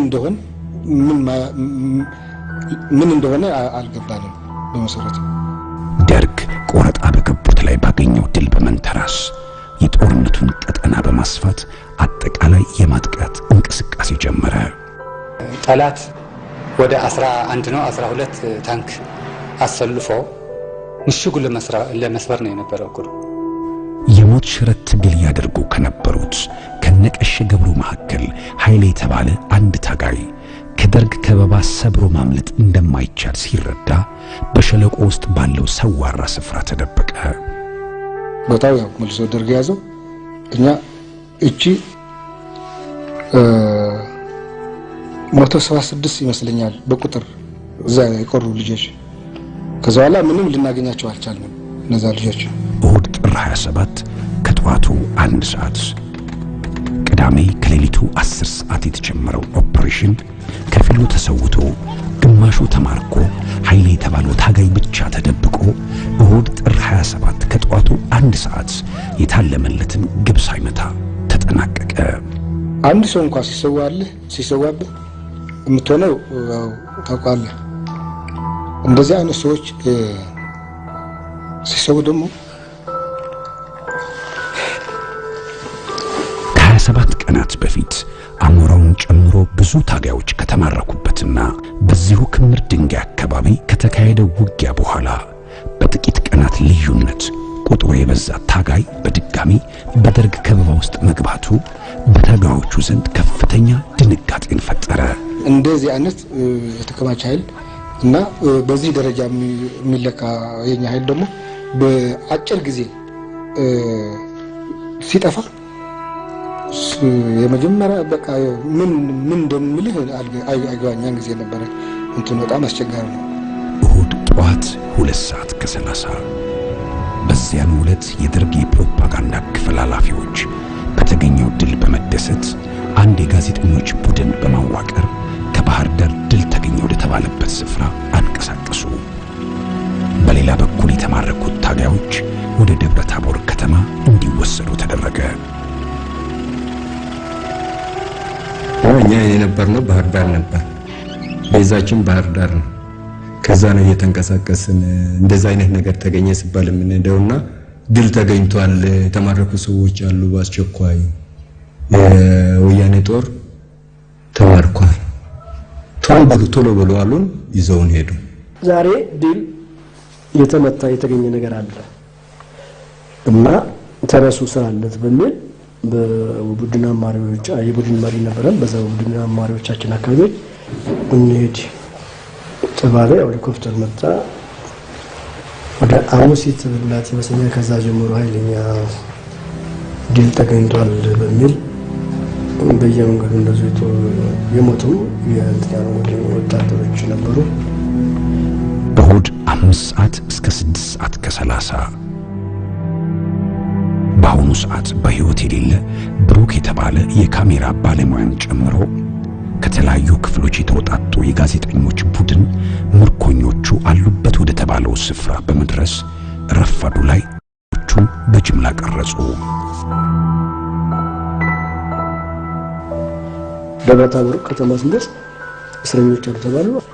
እሷን እዛው ግቢ ውስጥ ዳር ላይ ማለት ይሄ ቤቱ ነው እንደዛ ካይወጣ ብለ ነው እናነጋገራለን። ሌላውን ግን የታች ከተማ መንገድ ላይ ሁሉ በአገራውን ወደ ታችም እያዘዛል የበባሞያው አኳያ ቀደናልኳቸው እዚህ ቢሆን ይመረጣል በሚል የተለያዩ ሰዎችን አናግራ እሷ ግን እዛ መዘጋጃ ምክር ቤት መስለኛል እዛ ግቢ ውስጥ ነው ያደረግናት። ከዛም በኋላ እቺን ልጅ ኢንተርቪው ልናደርግ ፈለግን። ወንዶችም ኢንተርቪው ተደርገዋል ለነገሩ። ከዛ በኋላ ግን እቺን ሴት ኢንተርቪው ለማድረግ ሲፈለግ እሷ ግን ትሳደባለች። መኖር ማለት ከነሱ ውጭ መኖር አይቻልም ማለት ከነዛ የተሰውታ ጋር መኖር ነው ያለብን መኖር እንኳን ማለት ነውና እንግዲህ ቁጭ ብለን ምን እናደርግ ነው ያልነው። ያን ጊዜ ምን እናደርግ ከጠፉን እንግባ ዘር ኃይል አትሊስት እናግኘው እዛ ከሳይርክ ስንል ውሳኔ ወሰን አዲስ አበባ ይገኝ ከነበረው የኢሰፓ ጠቅላይ ጽሕፈት ቤት ፊልም ክምችት ክፍል በመለያ ቁጥር V307 ተመዝግቦ በተገኘው VHS ካሴት እንዲሁም ቀረጻውን ባካሄደው ባለሙያ የተሞላውና ከዚሁ ካሴት ጋር ተያይዞ በተገኘው ቅጽ ወይም ስሊፕ ላይ የክምር ድንጋይ ውሎ በሚል ርዕስ ሲኖረው ቀረጻው በጥር 27 1982 ዓመተ ምህረት እንደተከናወነ ያስረዳል። በዚህ ሁለት ሙሉ ቀሽ ገብሩን ከምርኮኞቹ ነጥለው ከአንድ ዛፍ ስር በመውሰድ ቃለ መጠይቅ አደረጉላት። ሰኞ ጥር 28 የክፍለ ጦሩ አመራሮች ከአንድ ቀን በፊት በሸለቆ ውስጥ በደርግ እጅ ስለወደቁት ታጋዮች መረጃ ለማግኘትና ቀጣይ እርምጃ ለመውሰድ እንዲረዳቸው የአካባቢው ተወላጅ የሆነን አንድ ገበሬ ወደ ደብረ ታቦር አካባቢ ላኩ። ወዲያው ይዞ ጋሳይ አላሳደራቸውም። ምክንያቱም ጠላትም ምን ሐሳብ ነበረው ቶታል ማጥቃት ይደረጋል ስላለ ወዲያው ነው ያሸሻቸው ወደ ደብረ ታቦርና ወደ ጎንደር። የተማረኩትን ታጋዮች ሁኔታ በተመለከተ አካባቢውን እንዲቃኝ ከተላከው ገበሬ በተገኘው መረጃ መሰረት ምርኮኞቹን ለሁለት በመክፈል የተወሰኑትን ደብረ ታቦር ሲያስቀሩ የቀሩትን ወደ ባህር ዳር እንደወሰዳቸው ታወቀ። ቀሽ ገብሩ ሙሉ ያለችበት ግን ባህር ዳር ደረሱ። ማክሰኞ ጥር 29 ሙሉ በደርግ እጅ ከወደቀች በኋላ መማረኳን ያላወቀው ጆን ደህንነቷን ለመጠየቅ ለክፍል ጓደኛዋ ደጋግሞ ሬዲዮ አድርጎ ነበር። ደህና ናት ይለኛል። የሁሉ የመረኛው ምናምን ብዙ ነገር ሲሰራ ያው ትግራይ ነው ያለው እኔ አገኘዋለሁ። ደህና ናት ይለኛል። መጨረሻው የሆነው አላቅም፣ ግን አቅሩልኝ ሲላቸው የለም እያሉ ከለከሉ። አላዳ ሊቀሩልኝ አልቻለም። ጠረጠርኩት። በኋላ ፍጹም የሚባል ልክ እንደኔ መካናይዝድ መገናኛ ኃላፊ ተብሎ ግን እኔ ጋር እያሰለጠነ የነበረ ሜዳ የነበረ ልጅ ነው። ጠየቅኩት። አንተ እቺ ቀሽ ገብሩ ደህና አይደለች እንዴ? ራሻዳ እኮ አልቀሩም አለኝ አልኩት። አይ አጠራጠር ደህና ግን ቆስላ ነበር አለኝ። ነው ቀስ እያልክ ነው እየነገርከኝ ያለው? ኦኬ እየገባኝ ነው ብዬ ዝም ብዬ ነበር። ግን ውስጤ ተሰውታ እንደምትሆን እየገመቱ ግን አላመንኩም። መጨረሻ ለአግበ ዋሊው የሚባል ኦፕሬተር የነበረው ዛን ጊዜ ኃይል አመራር ነበር መሰለኝ፣ ቆስሎ ወደ ትግራይ አካባቢ ተመልሰው ለሆነ ስራ መጥቶ አገኘሁት። እንዴት ናት አላልኩት። ልክ እንዳወቅኩኝ የት ነው የተሰዋች ብዬ ጠየቅኩት። ሂስትሪስ ጀምርልኝ። በቃ አለቀስኩኝ። አልተካተልኩም። ኃይሌ የተባለው ታጋይ ከተደበቀበት ወጥቶ ለማምለጥ ሙከራውን ቀጠለ። ረቡዕ ጥር 30 1982 ዓመተ ምህረት አዲስ ዘመን ጋዜጣ በፊት ገጹ ላይ ብዛት ያለው የወያኔ ቡድን በአብዮታዊ ጦርና ህዝባዊ ሰራዊታችን ተደመሰሰ በሚል ርዕስ ወደ ደብረ ታቦር ተልኮ በነበረው የጋዜጠኞች ቡድን የተጠናከረውን ዜናና የምርኮኞችን ምስል ይዞ የወጣ ሲሆን በኢትዮጵያ ቴሌቪዥን እንዲቀርብ ታስቦ ከሙሉ ጋር የተደረገው ቃለ ምልልስ ግን ደርግ ለሚፈልገው የፕሮፓጋንዳ ዓላማ ጠቃሚ ሆኖ ስላልተገኘ ሳይተላለፍ ወደ ፊልም ክምችት ክፍል እንዲገባ ተደረገ። ለመሆኑ ደርግን ያላስደሰተው ከሙሉ ጋር የተደረገው ቃለ ምልልስ ይዘት ምን ይመስል ነበር? ሙሉ ገረገያ ወላሂ እድሜዋ ስንት ነው? ሙሉ እድሜዋ እንደ ሀያ ነው። እንዴት ነው? የትኛው ድርጅት አባል ነሽ? ናይ ድርጅት አባል ነኝ። ናይ ድርጅት አባል ነኝ። ሻዕቢያ ናይ ህወሓት ናይ ኢድ ናይ ድርጅት ህወሓት አባል ነኝ። በስንት ዓመትሽ ነው በዚህ ድርጅት ውስጥ ከቆየሽ? ኣብዚ ድርጅት ውስጥ ካብተአቱ ክንደይ ዓመት ገት? 6 ዓመት አድርጌያለሁ። እንዴት ነው? በዚህ በክምር ድንጋይ ግንባር ላይ ተማርከሻል። በዚህ በተማረክሽበት ወቅት የስራ ኃላፊነትሽ ምን ነበር? ኣብዚ ክምር ድንጋይ ከባቢ ዝተገበረ ኩናት ተማሪክለሁ። ኣብዚ ክትማረክ ከለኺ ኣብቲ ወያኔ ውሽጥ እንታይ ሓላፍነት ነይርክ? መራሒት ሓይሊ የሻምበል አዛዥ ነበርኩኝ። ሻምበል አዛዥ ነበርኩ። እንዴት ነው መጀመሪያ እዚህ ድርጅት ውስጥ ልገባ የቻለችው? እንዴት እንደሆነ ብትገልጽ። ኣብዚ ወያኔ ክትኣቱ ከለኽስ ከመይ ክትኣቱ ከም ዝከኣልክ እስቲ ግለጽልና። ዋና እዚ ወያኔ መጀመርታ ክኣቱ ከለኹ እዚ ወያኔ ጥሩ። መጀመሪያ ወደዚህ ትግል ስገባ ይህ ወያኔ አንድ የዲሞክራሲያዊ ትግል በመመስረት ላይ እንዳለ ተገለጸልኝ። በዚህ ዲሞክራሲያዊ ትግል ውስጥ ደግሞ እኔም እንደ አንድ ተጨቋኝነት ይመጣል በዚህ ትግል ውስጥ ተሰልፌ ከራሴ ላይ ጭቆናዎችን ሰባብሬ ዲሞክራሲያዊ መብቶችን ሊያስጠብቅልኝ የሚችል ሁኔታና ስርዓት ለመመስረት የሚያስችለኝ መሆኑን ከተረዳሁኝ በኋላ ወደ ትግሉ ተሰልፌያለሁ። እሺ እንግዲህ እዚህ ድርጅት ውስጥ ዲሞክራሲያዊ አሰራር አለ ብዬ ገብቼ ነበር ብላለች። እዚህ ድርጅት ውስጥ ከገባይ በኋላ የድርጅቱ ህይወት ምን እንደሚመስል ብትነግረን። ትክክለኛ ይሄን ያለችውን ነገር ያንጸባርቅ ነበር? ዋና እዚህ አልዚ ከርባህን ከምዝፈል አሚና እንደመጣ ሰልይቶ እዚህ ውን ፍላይ አጣ ሰዓት ቃስ ዝጅምር አትሂዶ ባላይ ይሁን ወላ ካልእ ጥሩ ይህ ትግል ከመጀመሪያም ጀምሮ ሊጠቅመኝ እንደሚችል አምኜበት ነው። አሁን በተለይ ወደ ትግሉ ከተቀላቀልኩ ጊዜ ጀምሮ በራሴ ላይ ይሁን ሌሎች እንደኔ የተጨቆኑ ሴቶች በአጠቃላይ ከትግራይ ህዝብ ጋር ትግል ከጀመርን በኋላ የተወሰኑ የዲሞክራሲ ጅማሬዎች አሉ። እነዚህ ዲሞክራሲ ጅምሮች ምንድናቸው? አሁን ሴት እንደ ሴትነቷ መጠን ይህ ያለፈው ስርዓት በማንኛውም ስራ ውስጥ ገብታ እንዳትካፈል የሚከለክል ነበር። ይህ እንዲህ እንዳለ ድርጅታችን ግን ማንኛውም ሴት በማንኛውም ስራ ተሰማርታ አቅሟ የሚፈቅደውን መስራት እንደምትችል ያምናል። ከዚህ አንፃር እኔም በትግራይ ከሚከናወኑ ስራዎች ውስጥ አቅም በፈቀደው መጠን በህዝብ አስተዳደርና ግንኙነት ስራዎች ውስጥ ተሳተፋለሁ።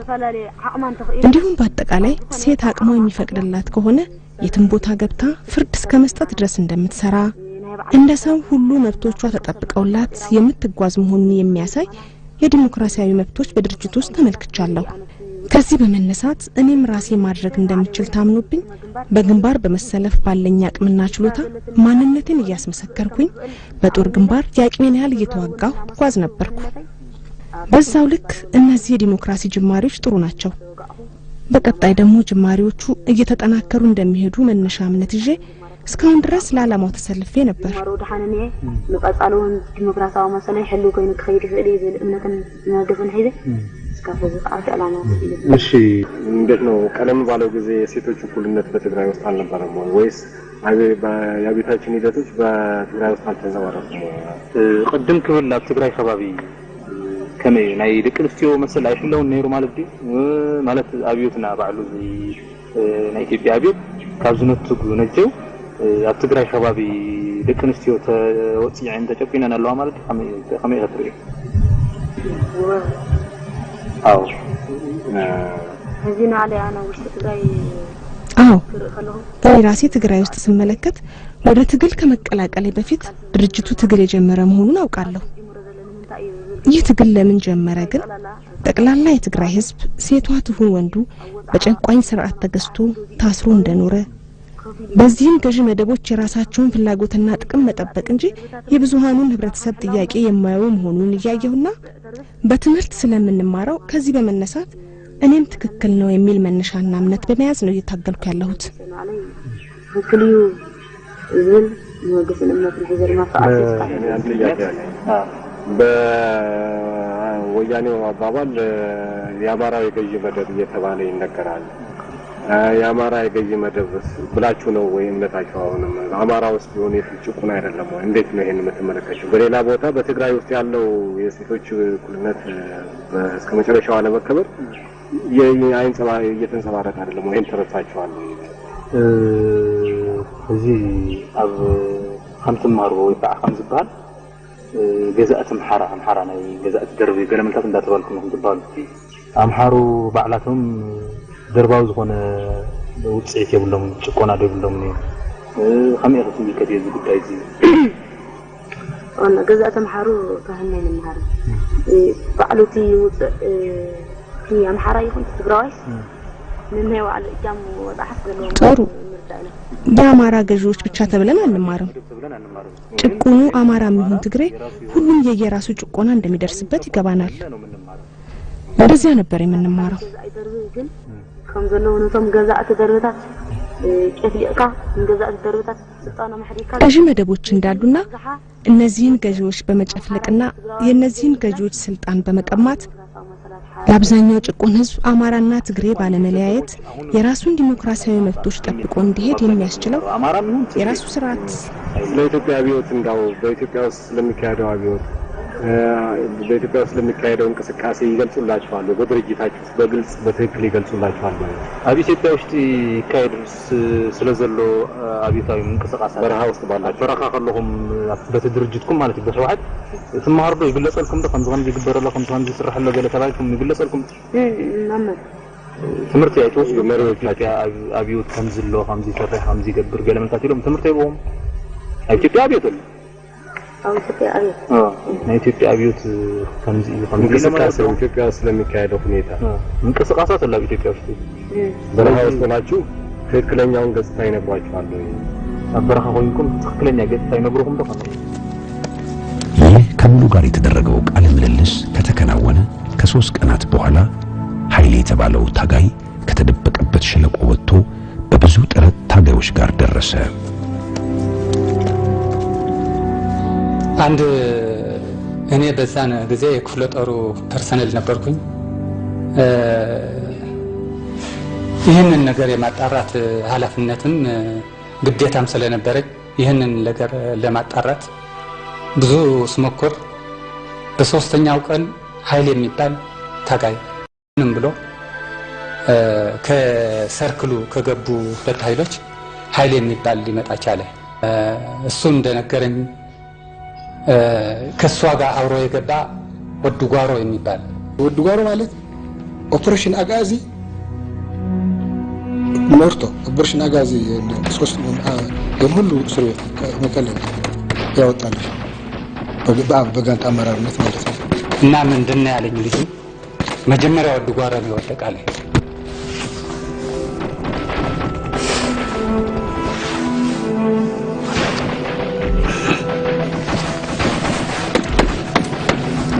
እና ሲወድቅ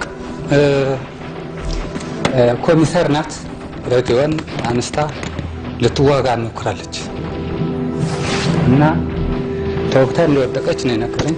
ቀሽ ገብሩ እንዴት ሆነች? ከኋላ የቀረሰው አልነበረ ምናምን ስንል እንዴ እሷማ እስከ መጨረሻ እየተዋጋች እስከ መጨረሻ ሰው እስከሚጨርስ እየተዋጋች እንደነበረች ኢንፎርሜሽን ያሳያል። እና ናይ መንግስቲ ዘሎ ኩነታት ሓፈሻዊ ናይ ጠቅላላ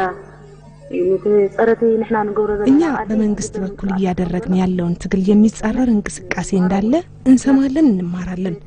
ምክንያቱም ይህን እንቅስቃሴ የሚጻረር ትግል እስካካሄድን ድረስ ይህን ሊያከሽፉ የሚችሉ የሚደረጉ እንቅስቃሴዎችና ዓላማዎች እስካላወቅንና እስካልተማርን ድረስ ለምን እንደምንታገል ትርጉም አይኖረውም። ስለዚህ አይንጸባረቅልንም። እንዴት ነው በድርጅታችሁ ውስጥ ያለው ዲሞክራሲያዊ አሰራርስ? ዲሞክራሲ አለ? አብድርጅትኩም ከመ ዲሞክራሲያዊ አሰራር አለ? ዲሞክራሲ አለ? አብድርጅትኩም ማለት አውጣው አው ዝኾነ እንቅስቃሴ ናይ ዝኾነ ውልቀሰብ አብ ክሉ ዝግበሩ መራት ጠቅላላ ዝመሰሎ ሓቶ በማንኛውም እንቅስቃሴ ማንኛውም ግለሰብ በሁሉም መድረክ በጠቅላላ የመሰለውን ጥያቄ ያለውን አስተያየት ሊያቀርብ ሐሳብን ሊቃወም ዲሞክራሲያዊ መብት አለው። ማንንም ሰው በሚፈልገው ቦታና በሚፈልገው አካባቢ የመናገር የመቃወም መብት አለው። ከድርጅቱ ለምሳሌ አንቺ ተቃውሞሽ መውጣት ትችላለሽ። ከብት ህወሓት ድርጅት እስከ ተቃዋሚክ ይወጣ ተሰለ አይደለም የዚህ ድርጅት እዚህ ከተወሰደ ተሰለ አይደለም ካልኩ አልታገልም ካልኩ አሁን አልታገልም ካልኩኝ ማን ያስገደኛል? መውጣት ይችላል። አው ግን እዚህ ጋር ግን ለምን ብያልኩኝ እንደሆነ ምን አይቼ ታግዬ ምን አይቼ አሁን እንደማቋረጥ ተጠየቃለሁ። ተጠይቄ ተገቢውን መልስ ሰጥቼ ይህን ትግል የኔ አይደለም ካልኩኝ አልወግንም ካልኩኝ እሄዳለሁ። እንትን ካለኝ ግን ያው መወገድ ይችላል። እንደነ ብዙዎች ወያኔዎች ተማርከው ሲገኙ በግዳጅ አስገድደዋቸው ከእናት አባታቸው ከርሻቸው ማሳ ላይ እየወሰዷቸው ነው። ተገደው ነው የሚዋጉት። ይሄ ትክክል ነው ወይ ማለት ነው? መብዛሕትኦም ወያነታት እጂ በግዴታ ከይፈተው ካብ ማሕረሶም ካብ ወለዶም እንዳመንጠሉ እዮም ብግዲ ዘዋግኦም ዘለው ወያነ። ስለዚ ከመይ ትምልከት እዩ? ሓሰት ውሸት ነው። ህወሓት ካብ ማሕረሱ ዝኾነ ማን ወያኔ ሐሰት ነው። ምንም ህወሓት ከርሻ ላይ ማንኛውንም ወጣት ይሁን ሴት ናታገል ተብሎ ታፍሶና ተገዶ የሚታገል ምንም ወጣት የለም። እኛም አንዳንዴ በሬዲዮናችሁ ንግግር ስንሰማ እንደዚህ እንደሚደረግ ሲናገር እንሰማለን። ነገር ግን ምንም አንዳንድ ሀቆች ካሉ እንዳናመን ከሚያደርጉን አንዱ ይህ በሬዲዮ ናቸው የምትሉት ነው። ከቤተሰቡ ነጥቆ በግድ ሄዱ እና እውነተኛው የእናንተ ስራ ልንገነዘብ እንዳያስችሉ ከሚያደርጉ ነገሮች አንዱ ይሄ ነው። ተገዶ ይሰለፋል ምን እያላችሁ ትናገራላችሁ? ስለዚህ ውሸት ነው። እንዴት ነው አሁን ወደዚህ አካባቢ ሲዘምቱ ምን እየተመገባችሁ ከየት እያመጣችሁ ነው? ኣብዚ ከባቢ ክትዘምቱ ከለኹም እንታይ እንዳበላዕኹም ካበይ እንዳምጻኹም ትፈልጡ? የራሳችን እህል እየበላን ካበይ መጽ ከድርጅታችን አታርሱም? ምን አትሉም? ከየት ነው አይታርሱን? አይትሽሙቱን? ካበይ መጽኹም እንሸምታለን ሸምተን የምንበላው እንግዲህ ገንዘቡን እንጂ ድርጅታችን ከየት እንደሚያመጣው የታውቃለሁ ነው የምንመገበው እና እየተሸመተ ምን እያለ ነው የሚመጣው? ግን ገንዘቡ ከየት እንደሚመጣ እኔ አላውቅም። የህዝብ ንብረት አትነኩም ማለት ነው? የህዝብ ንብረት አይተንኩ የህዝብ ንብረት መቀማት ይቅርና ህዝቡ በራሱ ፍላጎት ተደራጅቶ ድርጅታችንን ማገዝ አለብን ብሎ ያዋጣውንና አሰባስቦ የሰጠው ካልሆነ በቀር በግድ ይህንን ተብሎ የሚወሰድበት የለም። ይህ አሰራር የድርጅታችንም አይደለም። የህዝብ ከቆሙ የህዝብ ንብረቶች ለምን እንደሚያቃጥሉ እሺ፣ በየሄዳችሁበት አካባቢ ትምህርት ቤቶች ያፈርሳሉ፣ ወንበሮቻቸውን ይወስዳሉ፣ በአይናችን ያየነው ነው። መድኃኒቶችን ያቃጥላሉ። ይሄን ለምን ያደርጋሉ? የህዝብ ንብረት ለምን ያወጣሉ? እሺ አና ምናና هنا ህዝብ በግልገለሉ ዝፈል ሕክምና ጥሩ እኛ ህዝብ የሚገለገልበት የሕክምና ትምህርት ቤት ሌሎችንም ሆነ ብለን አናበላሽም። እንደዚህ አይነት ጸረ እንቅስቃሴ አሰራር የለንም። እዚህ ጋር ግን ለምሳሌ ባደረግናቸው ልዩ ጦርነቶች የአጋጣሚ ጉዳይ ሆኖ በጥይትም ይሁን በሌላ የተቃጠሉ መኖራቸውን አንክድም።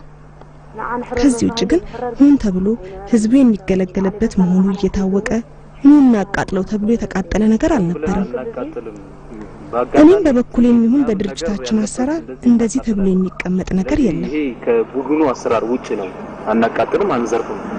እና በአጋጣሚ ግን ሊቃጠሉ ሊፈርሱ የሚችሉ ነገሮች ቢኖሩ ቅድሞ መጣውናው ታይዝመራና احنا ተሰራህና ይተወደድ ወደ ውጊያ ከመግባታችን በፊት የድርጅቱን አሰራር እንዴት እንደሆነ ሲያስተምሩን ማንኛውም ንብረት የገበሬ መሆኑ ወይም ወታደር የሚጠቀምበት መሆኑ ለይተህ ሳታውቅ ንብረት ማበላሸት መነካካት አይፈቀድም ብሎ ማብራሪያ ተሰጥቶ ነው የምንገባው። እሺ እንግዲህ አሁን ለምሳሌ ተማርከሻል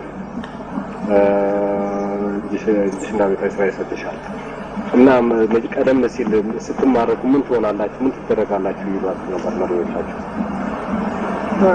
هنا كمان المهرة ولا بعلنا أو كتنا فيما لحظنا يا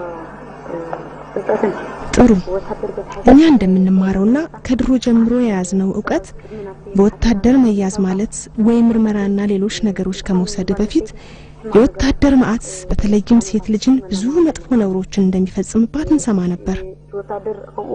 በወታደሩ እንደዛ ሆና ወደ ምርመራ ስትሄድ በመጥፎ እንደምትታይና ብዙ መቆሳቆሎች እንደሚደርስባት እናውቃለን። ከዚህ አልፎም መረሸን ድረስ እንዳለን እናውቃለን። እኔም ለራሴ ሴት ልጅ እንደመሆኔ መጠን ችግሮች ባጋጠሙኝ ወቅት እነሱን ተጋፍጬ ለመውጣት አደርጋቸው ከነበሩት ውስጥ ሴት ልጅ ሆኜ ወታደሮች ሊደርስብኝ የሚችለውን መመነጫጨቅ በመፍራትና በመሸማቀቅ እነሱች እንዳልወድቅ እስከ መጨረሻው ድረስ በጣም እጋፈጣለሁ። ከእናንተ ጀምሮ በግለሰቦች መጥፎ ነገሮች ነበሩ። ግን በአጠቃላይ ትናንት ከተያዝን ጀምሮ እስካሁን ያለንበት ሁኔታ ስመለከተው ግን ከምናውቀው ከተማርነውና ከነበረው ከዚህ በፊት እንታዘበው ከነበረውና በጣም ያስፈራን ከነበረው ያጋጠመኝ የለም። አጠቃላይ ሁኔታው ግን እዛ ውስጥ ሰርክል የነበረ ታጋይ እጁ እንዳልሰጠ ነው የነገረኝ። እንዴት ስለው በሙሉ በቃ ጥይቱ እስከሚጨርስ ተዋግተዋል። አብዛኛው በውጊያ ነው የተሰዋው። ጥይቱ የጨረሰ ግን እኔ ከነገርም ነገር ካጫወተኝ ብረቱ ድንጋይ ላይ እየመታ እየሰበረ ቦምቡ እያፈነዳን ያለፈ ሰው። በዛች የመጨረሻ ሰዓት ብቸኛ የመረጃ ምንጭ ከነበረው ኃይሌ በሰሙት ዜና እጅግ ያዘኑትና እልህ ውስጥ የገቡት ታጋዮችና የክፍለ ጦሩ አመራሮች ምርኮኞቹ እስከ ባህር ዳር ድረስ ብቻ መወሰዳቸውን መረጃ ከማግኘታቸው በቀር እነሙሉ የት እንዳሉ የሚያውቁት ነገር አልነበረም። ምን ሆኑ ለሚል ከዛ በኋላ ምንም እናውቀው ነገር የለም። ምናገኛቸው ምንስም አልነበረም። እነሙሉ ከተያዙ ከ10 ቀናት በኋላ የካቲት 7 1982 ዓመተ ምህረት ለጦርነቱ ልዩ ትኩረት የሰጡት ጓድ ሊቀመንበር መንግስቱ ኃይለማርያም የተከሰተውን ሁኔታ በቅርበት ለመከታተል ምርኮኞቹ ይገኙባት ወደ ነበረችው ባህር ዳር ከተማ በመሄድ በቤተ መንግስት ውስጥ ስብሰባ አደረጉ። ይህንንም በተመለከተ ተራሮችን ያንቀጠቀጠ ትውልድ በተሰኘው መጽሐፍ የጄኔራሉ ማስታወሻ በሚል ርዕስ ስር በገጽ 96 ሰፍሮ ይገኛል። በዚሁ በባህር ዳር ቤተ መንግስት በተደረገው ስብሰባ ከ4 ቀናት በኋላ ማለትም የካቲት 11 ቀን ህወሓት የተመሰረተበት በዓል የሚከበርበት ዕለት ስለሆነ በታጋዮች መካከል መነሳሳት ተፈጥሮ ጦርነቱ ወደ ከፍተኛ ደረጃ ሊሸጋገር እንደሚችል በደርግ በኩል ከፍተኛ ግምት ተሰጥቶት ውይይት ተካሂዶበት ነበር። ያ ቀን ስታስታውስ የተሰው ጓዶች ነው የምታስታውስ። ምክንያቱም ለዚህ ዓላማ ብለው ነው እና የሚሰዋ ሰው አሁን የምትጠብቀው ሞራል መውደቅ፣ መክዳት፣ ተስፋ መቁረጥ ነው እንግዲህ ከዚህ በኋላ የምትጠብቀው ነው። እዛ ግን እንደዛ አይደለም ነበር። በቃ ሂደን አንድ ነገር እናደርግ፣ በቃ ጊዜ አትፍጁ። በቃ ውጊያው ተጀመረ። 16 ጠዋት ላይ ተጀመረ ውጊያው።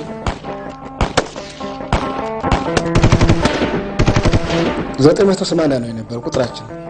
ከ15000 ወታደር ነው እየገጠሙ ያለ ነው እነዚህ ሰዎች። ውጊያው እጅግ ተፋፋመ። በጉና፣ በደብረ ታቦር፣ በክምር ድንጋይ በደርግ ላይ ከፍተኛ ኪሳራ ደረሰ። የነሙሉ ክፍለ ጦር አባላትና የቅርብ ጓደኞቻቸው በተለይ ወደ መሃል ሀገር የሚደረገው ግስጋሴ በተፋጠነ ቁጥር ነፃ በሚያወጧቸው አካባቢዎች በሚገኙ ወህኒ ቤቶች እነቀሽ ገብሩን ታስረው እናገኛቸዋለን የሚል ተስፋ አሳድረው ነበር። ራሱም ደርግ የመጨረሻ ደምሰን ደሴ ስንገባ በእኛ በባትን የገባ ነው። በባት አድርገን ወደ ኮምቦልቻ ስንመጣ የተወሰኑ የተያዙ ጓዶች ነበሩ። በዛ ሰዓት የተያዙ በመሃል ሜዳ በውርንቱን ማረኛ ውጊያ በደብረ ታቦር እንደነቀሽ ገብሩ አንዳንድ ጓዶች የተያዙ ነበር።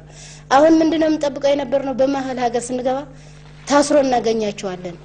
ከዛ ወዲያው እዛ አንድ የኔ ኮሚቴ የነበረ ኮሚሳር ኃይል ውሬታ የተያዘ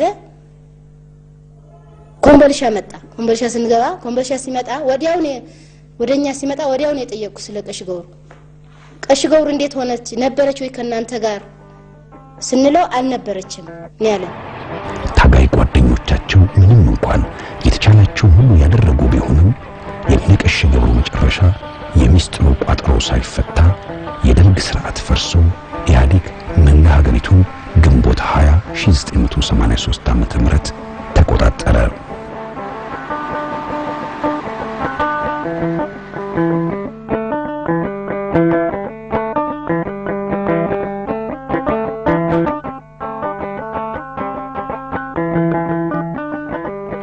ናዚ አዲስ አበባ እንደገባን እዚህ ምድር ጦር እያለን ባህታማ አንጅስ መጥቶ በድንገት የሆነ ነገር ነገረኝ። አንተ ጆን አለ ያ ቀሽ ገብሩ ተገኘች አለ። የት ብዬ ተነሳ። ሊሆን አይችልም እንዴት ብለው ሰውታለች እኮ አልኩት። ያ ውጊያው ሂስትሪ አላውቀውም ስላልነበር ሙሉ የምትባል ኃይል አመራር የነበረች ደሴ ተገኝታለች ብሎ ሲነግረኝ አተሌላ ሙሉ እንዳትሆን እኔ ቀሽ ገብሩ ማለት ነበረባቸው ሙሉ ካሉ ሌላ ትሆን ትችላለች አልኩት። አይ እሷ ናት አለ። ሄድኩኝ። ኮምቦልቻ ሲደርስ ረመጽ አገኘሁት። ጠየቁትና አይ ቀሽ ገብሩ አላ ብሎን ሳናያት አናድርም። ቀሽ ገብሩ እኮ የተለየች ሰው ናት አላ ብሎን ደሴ ሄደን ሳናያት አናድርም ሌላ ሙሉ ናት አለ። አላምንም ብዬ ራሴ አልፌ ሄድኩኝ ደሴ። አንድም ማቀው ልጅ አሁን ስማስ አላስታውሰውም እዛ ተማርኮ ማለት ጠላት እጅ ገብቶ ታስሮ ከነበሩት ሰው አገኘው። አሽጎሩ ሁኔታ ታውቃለህ ወይ አልኩት። እሷማ ዶርቶር አካባቢ ነው ዳሞት ጓሮ ነበረ እሷ ጋር አመራር ነበር እና ወደ ጠላት ቆርጦ ሊገቡ ተቆርጦ እዛ ነው ተዋግቶ ብሎ የተሰዋ ተሰውቶ የተዋጋ ጥይት የጨረሰም የተያዘ ከነሱ ተይዛለች። ደግሞ አሽጎሩ እስረኛ አድርገው እዚህ ሊያስቀምጣት አይችልም፣ ኃይለኛ ነበረች አለ። ሙሉ ተገኘች በሚል ኮምቦልቻ ድረስ በጉጉት የተጓዘው ጆን በስፍራው ሲደርስ ያገኛት በስመ ሞክሼ የምትጠራና በዚህ ምስል ላይ የምትታየውን ሌላ ታጋይ ነበር። ሙሉ ከ176ቱ ታጋዮች ጋር ወደ ሸለቆ ወርዳ አድራሻዋ ከመጥፋቱ በፊት ጆን አብረው ያሳለፉትን ያችን የመጨረሻና ውብ ሰዓት እንደዚህ ነበር የሚያስታውሳት። እና ለመጨረሻ ያገኘኋት የሕጉም ብርዳ ተዋግቶ የቆቦ ጨርሰን 605ኛ ማለት ነው ጎብያ አካባቢ ለፈረሰ ጠላት ሊቆርጡ አልፎ እሱን እንዳስቆሩ ጃም ለባይ ነው ለሚጠየቁት ለሳመራ ሷጋ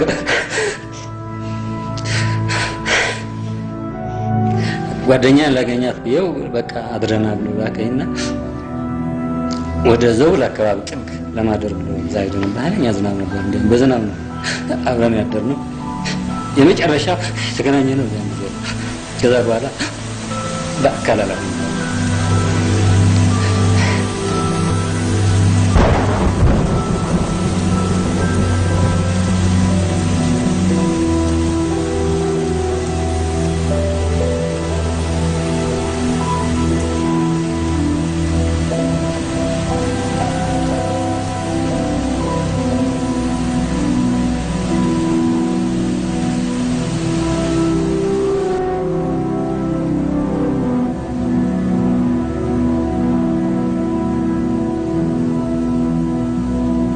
ታጋዮቹ ስለነሙሉ የነበራቸው መረጃ ምርኮኞቹ በደርግ እጅ ከወደቁ በኋላ ወደ ባህር ዳር አካባቢ ተወስደው መታሰራቸውን ብቻ ቢሆንም በወቅቱ በደርግ አዛዦችና የሥራ ኃላፊዎች በተገኘው መረጃ መሠረት እነሙሉ ያሉበት የምርኮኞች ቡድን ከየካቲት 1 እስከ 15 1982 ዓ.ም አጋማሽ ባለው የጊዜ ክልል ከባህር ዳር ተነስተው የግንባሩ የበታች ሹማምንት ማሰልጠኛ በነበረው ሰሜን ጎንደር አበርጂ ውስጥ በሚገኝ ካምፕ በመዛወር ለጥቂት ጊዜ በእስር ቆዩ።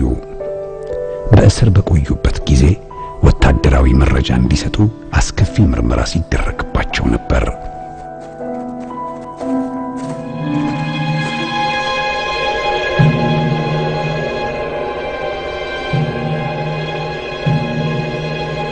ከጥቂት ቀናት በኋላ በጊዜው በነበረው የሰሜን ጎንደር ኢሰፓ ዋና ጸሐፊ ትዕዛዝ ምርኮኞቹን እርስ በእርስ በማስተሳሰር በእኩለ ሌሊት ማንም ሰው ለማይገኝበት አበርጂ ጫካ ተወሰዱ።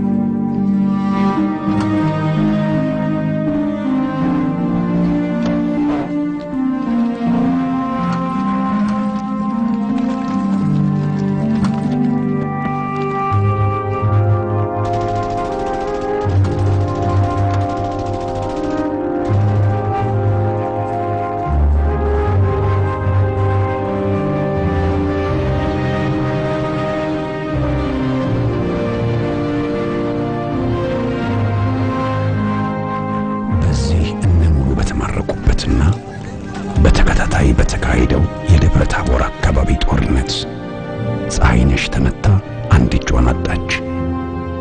አልታየሽ ከፍተኛ ጉዳት ደርሶባት ከወደቀችበት በአካባቢ ገበሬዎች እገዛ ከመማረክ አመለጠች።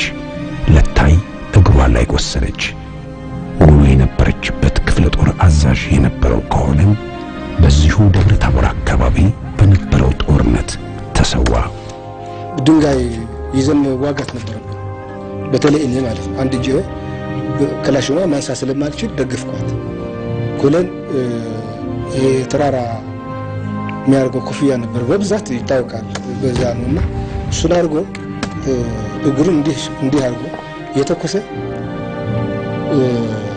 የኔን ቦታ ያዘች። እኔን ምክልላት ያለው ድንጋይ ጫፏን መታ ነው ግንባር የመታችው። እኔ መውደቅም አልሰማሁም። እዛ ወድቆ እንዲህ ሲል አፍንጫው ደም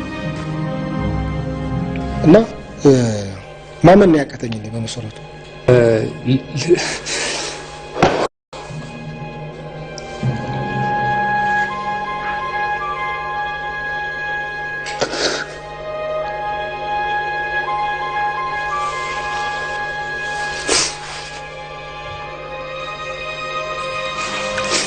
በቃ ልለው የምፈልገው ሁሉም በየፊናው የሷ አርአያ እንዲከተል ነው። አሽጎሩ ባታወርድ ነው ብትወልድ ነው ሜቢ ልጅ ይዛ ናህል ሀገር ድረስ አትሄድም ነበር እና ብትወልድ ድረስ ትቆይ ነበር የሚል ዝም ብሎ ይታያል አልፋል። ግን ለምንድን ነው እንደዚህ ያደረኩት? ስህተት ነበረ ግን አልታይም። ምክንያቱም ግዴታ ስለነበረ ያን ጊዜ ተሳስተን ነው ያረገዘች እንጂ እንድንወልድ ብለን አስበንም አይደለም የሆነው። ሙሉ አንድ እጅ ሆናት ብለናል። ሙሉ አንድ እጅ ስትሆን ግን እንደኛ እንደ ሁለት እጅ ሆና ነው ሁሉም ስራ ስትሰራ የቆየችው። ከሙሉ በጣም እኔ ትልቅ ትምህርት የተማርኩለት ደግሞ በአንድ እጅ ልማት እንደሚለማ በአንድ እጅ ስራ ተሰርቶ እንደሚኖር ብቻ ሳይሆን ለሌላ ሰው ማስተማር ነው። በጣም ትልቅ ትምህርት ተምሬያለሁ። ከዚህ በላይ ለመግለጽም በጣም ይከብዳል። የነበረችው ሁኔታ አብረን ስለነበርና የትግል ጓደኛዬ መጨረሻው እዚህ ላይ መውደቋ እንጃ እኔ እንዴት አድርጌ የእሷ ጀግንነት እንዴት አድርጌ እንደምገልጠው የሚከብደኝ። ከመጀመሪያው አስይዛ በጣም ቆራጥ ታጋይ ነበረችው ናት።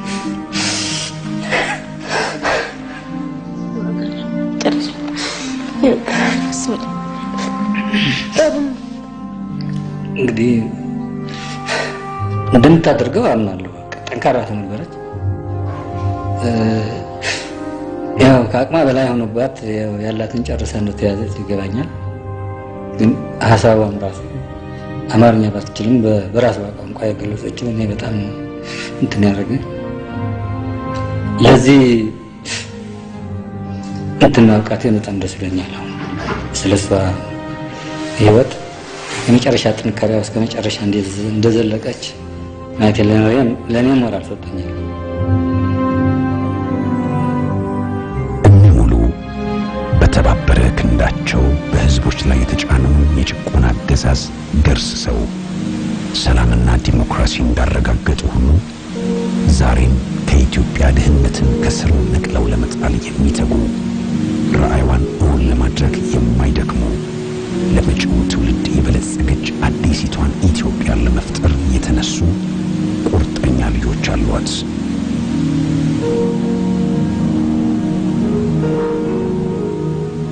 ለሀገራቸው ሲሉ ሕይወታቸውን ሳይሰሱ የገበሩ ስማቸው ግን ተጠርቶ ከቶም አንድ ጊዜ እንኳን ተሰምቶ የማያውቅ ብዙ ሺህ ያልታወቁ ጀግኖች አሉ። ዛሬ በረጅሙ የትግል ጉዞ ወቅት ከተሰዉት 60 ሺህ ታጋዮች ዝርዝር መሃል ስሟ የሰፈረ ቢሆንም ስራዋ ግን ከመቃብር በላይ ሕያው ሆኖ ይኖራል። ሙሉ ገብረ እግዚአብሔር ወሉ፣ ቀሽ ገብሩ